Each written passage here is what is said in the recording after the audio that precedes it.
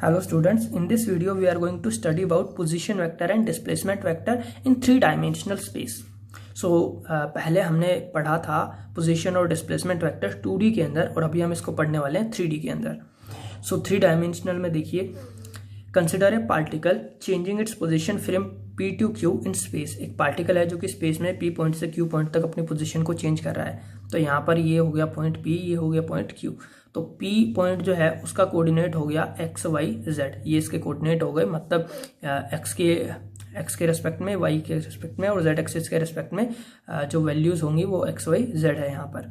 फिर इसने अपनी पोजीशन चेंज करी और ये P से मूव करके आ गया Q पर और यहाँ पर इसके कोऑर्डिनेट हो गए x2, y2 और z2. R जो है ये हो गया हमारा डिस्प्लेसमेंट वेक्टर. R1 जो है ये हमारा पोजीशन वेक्टर हो गया जब पार्टिकल था P पे, और R2 जो है ये पोजीशन वेक्टर हो गया जब पार्टिकल P से मूव करके आ गया Q के ऊपर. सो R1 और R2 हो गए हमारे position vectors of P and Q, and R हो गया हमारा डिस्प्लेसमेंट वेक्टर. तो यहाँ पर हम 1 बाय 1 इनको निकालते हैं. So consider a particle changing its position from P to Q in space, then position of its position PQ, then position vector of its position P and Q. Position P और Q के position vectors क्या हो जाएंगे? एक तो हो जाएगा R1 की वैल्यू आप निकाल सकते हो. R1 इज x1, ये है x1 यहाँ पर, ये y1, ये z1. So x1, y1, z1. So x1 i जो है ये यूनिट वेक्टर है along x axis. So x1 into unit vector i plus y1 यहाँ पर इसका y का कंपोनेंट हो जाएगा y1, और ये j है ये यूनिट वेक्टर हो जाएगा along y axis. Similarly z1 and k is unit vector along the z axis. और इसी तरीके से अगर आप R2 निकालते हो तो R2 की वैल्यू हो जाएगी x2 i cap plus y2 j cap plus z2 k cap. यहाँ पर i j की है, ये जो है ये है unit vector along x, y and z axis.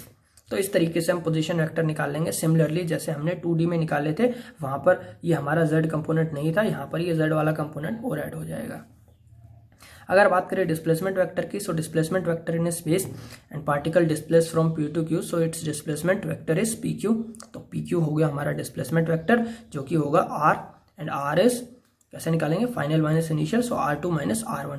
या फिर आप यहाँ पर ट्रायंगल लॉ भी ये भी समझ सकते हैं. अभी आपने ट्रायंगल लॉ पढ़ लिया है, तो ये देखिए आपके पास ये एक वेक्टर है और ये एक वेक्टर है. सो ये सेकंड वेक्टर का टेल फर्स्ट वेक्टर के हेड पर है, तो ये R2 जो है ये एक तरह से आप इसको समझ सकते हो, ये आपका रिजल्टेंट वेक्टर हो गया इन दोनों का. सो आप लिख सकते हैं R1 plus R is equals to R2, R1 plus R is equals to R2, और R1 plus R is equals to R2. और यहां से अगर आप वैल्यू निकालो R की, सो R हो जाएगा R2 vector minus R1 vector.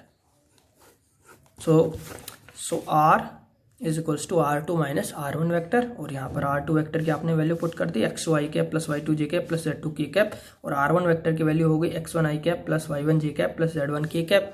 And यहाँ से आप i कॉमन ले सकते हैं, सो x2 माइनस x1 इंटू आई कैप. इन दोनों में से आप j कॉमन ले सकते हैं, सो y2 minus y1 into j cap and z2 minus z1 into k cap. So magnitude of displacement vector. So अगर आपको मैग्नीट्यूड निकालना है, मैग्नीट्यूड के लिए हम क्या कर सकते हैं? x के अलोंग जो कंपोनेंट है उसका स्क्वायर, y के अलोंग जो कंपोनेंट है उसका स्क्वायर, और z के अलोंग जो कंपोनेंट है इसका square. So magnitude of displacement vector r is under root of x2 minus x1 का square plus y2 minus y1 का whole square plus z2 minus z1 का होल स्क्वायर. ओके.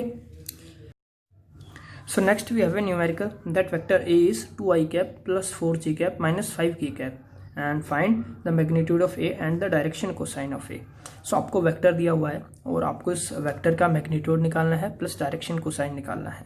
सो देखिए magnitude के लिए आपके पास सिंपल फॉर्मूला है. अगर आपको मैग्नीट्यूड डायरेक्ट निकालना है, सो मैग्नीट्यूड के लिए यहाँ पर आप फॉर्मूला यूज कर सकते हो that vector A is magnitude, A का मैग्नीट्यूड जो है is equals to under root of अभी हमने 3D कंपोनेंट पढ़े थे तो वहाँ पर हमने फॉर्मूला ड्राइव किया था ए एक्स का स्क्वायर प्लस ए वाई का स्क्वायर प्लस ए जेड का square. Okay.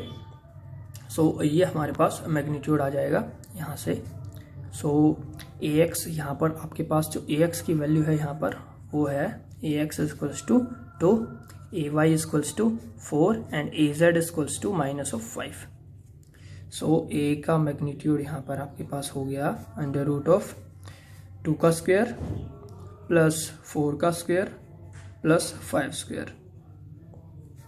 So under root 4 plus 16 plus 25 that is under root 45। So magnitude of A is under root 45। तो ए का मैग्नीट्यूड यहाँ पर आपके पास आ गया अंडर रूट 45। तो ये हो गया आपका फर्स्ट पार्ट। सेकंड पार्ट में आपको यहाँ पर बताना है direction cosine of A and direction cosine of A. So A के डायरेक्शन कोसाइन के लिए आपको निकालना है यहाँ पर कोस अल्फा, कोस बीटा और कोस गामा। सो कोस अल्फा अगर हम निकालेंगे, सो कोस अल्फा का फॉर्मूला था हमारे पास, हमने अभी निकाले हैं that A X divided by A. आपके पास ए एक्स की वैल्यू तो A cos alpha, so A X is equals to A cos alpha and cos alpha is equals to A X divided by A. A X की value यहाँ पर हमारे पास 2 divided by A की value हमने निकाली है under root 45। सो ये हो गया 2 डिवाइडेड बाई 45। सिमिलरली अगर मैं निकाल दूंगा कोस बीटा, तो कोस बीटा की वैल्यू यहाँ पर हो जाएगी A Y divided by A. A Y हो गया 4 डिवाइडेड बाई ए की value under root 45। So this is cos beta and cos gamma is A Z divided by A. So 5 divided by under root of 45। So आपके पास magnitude आ गया यहाँ पर under root 45 और direction cosines of ए हो गए cos alpha, cos beta and cos gamma. So find the vector AB and its magnitude if it has initial position is this and final position is this। तो हमारे पास initial position दी हुई है A, final position दी हुई है Y और दोनों positions के coordinate दिए हुए हैं। सो ये हमारी इनिशियल पोजीशन हो गई A, फाइनल पोजीशन हो गई B। एक पार्टिकल स्पेस में मूव करके गया है A से B, तो A से B मूव किया है, A के कोऑर्डिनेट हो गए 2 1 -1, B के कोऑर्डिनेट हो गए 3 2 2। सो हमको यहाँ पर निकालना है find the vector A B निकालना है और उसका मैग्नीट्यूड निकालना है। तो मतलब हमको निकालना है डिस्प्लेसमेंट वेक्टर। तो डिस्प्लेसमेंट वेक्टर के लिए हमको जरूरत पड़ेगी पोजीशन वेक्टर की, तो पहले हमको पोजीशन वेक्टर निकालने पड़ेंगे। सो देखिए 2 पोजीशन वेक्टर हो जाएंगे। पहले जब वो ए पर है तो पोजीशन वेक्टर हो गया ओ ए, और जब वो बी पर चला गया तो पोजीशन वेक्टर हो गया हमारा ओ बी।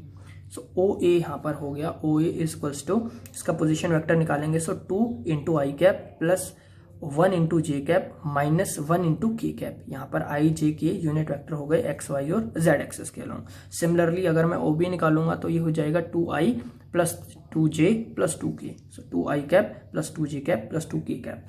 और ए बी अगर हमको निकालना है तो final vector minus initial vector means O B minus O ए।